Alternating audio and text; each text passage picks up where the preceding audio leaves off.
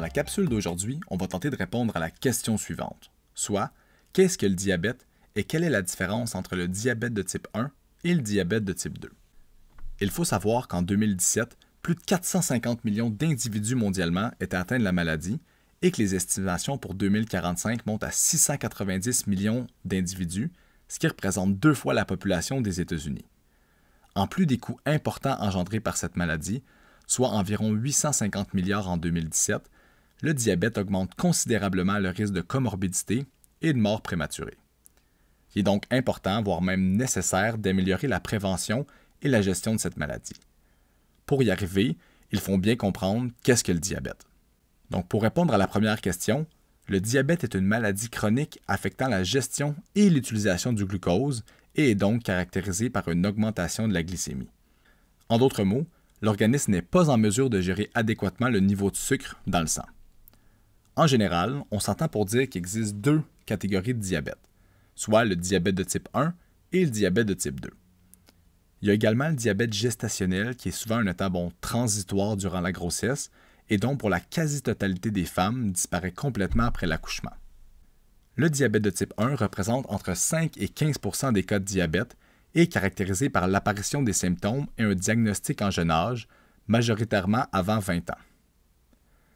Cette forme de diabète, causée par une modification génétique, empêche la production d'insuline par le pancréas.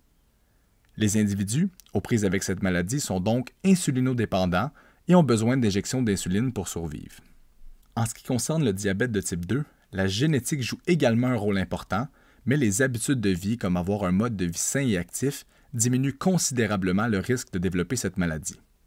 Le diabète de type 2 représente entre 85 et 95 % des cas, et comparativement au diabète de type 1, le diagnostic se fait souvent à l'âge adulte, avec l'apparition des symptômes beaucoup plus graduels.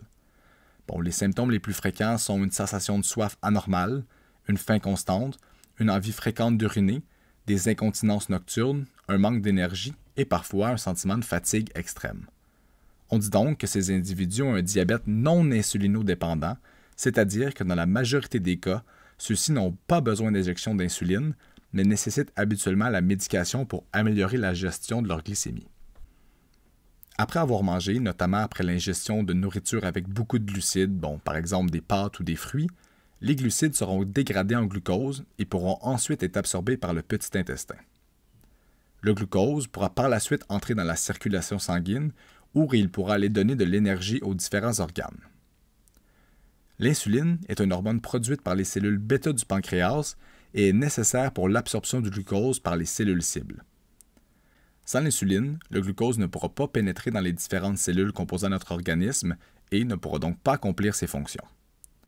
Chez les individus sains, le pancréas sécrète une quantité adéquate d'insuline en fonction du glucose disponible en circulation.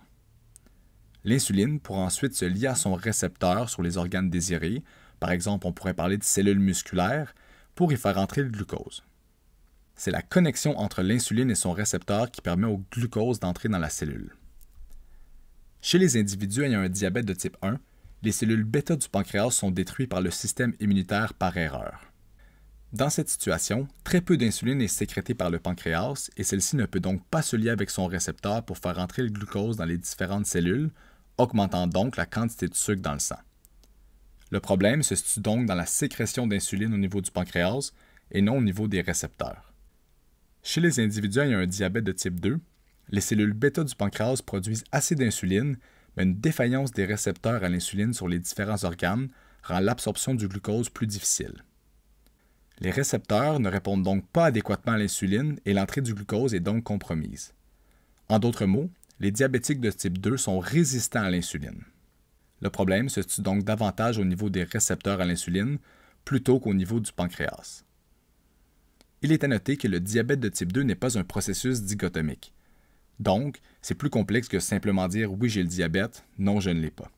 Il faut plutôt le voir comme un continuum, c'est-à-dire que la résistance à l'insuline se développe lentement et qu'il existe différents stades.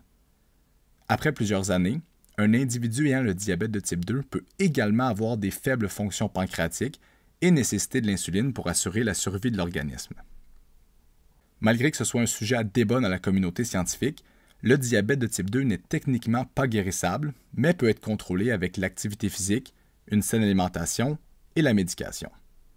Dans une prochaine capsule, nous aborderons l'importance de l'exercice dans la gestion du diabète et comment l'exercice aérobie et en musculation peut partiellement remplacer le rôle de l'insuline dans le traitement de la maladie. Encore une fois, n'hésitez pas à vous abonner tant sur notre chaîne YouTube, sur notre Facebook et Instagram pour plus de contenu vulgarisé touchant l'exercice, la santé et la nutrition. Au plaisir de vous revoir dans la prochaine capsule. Explique-moi.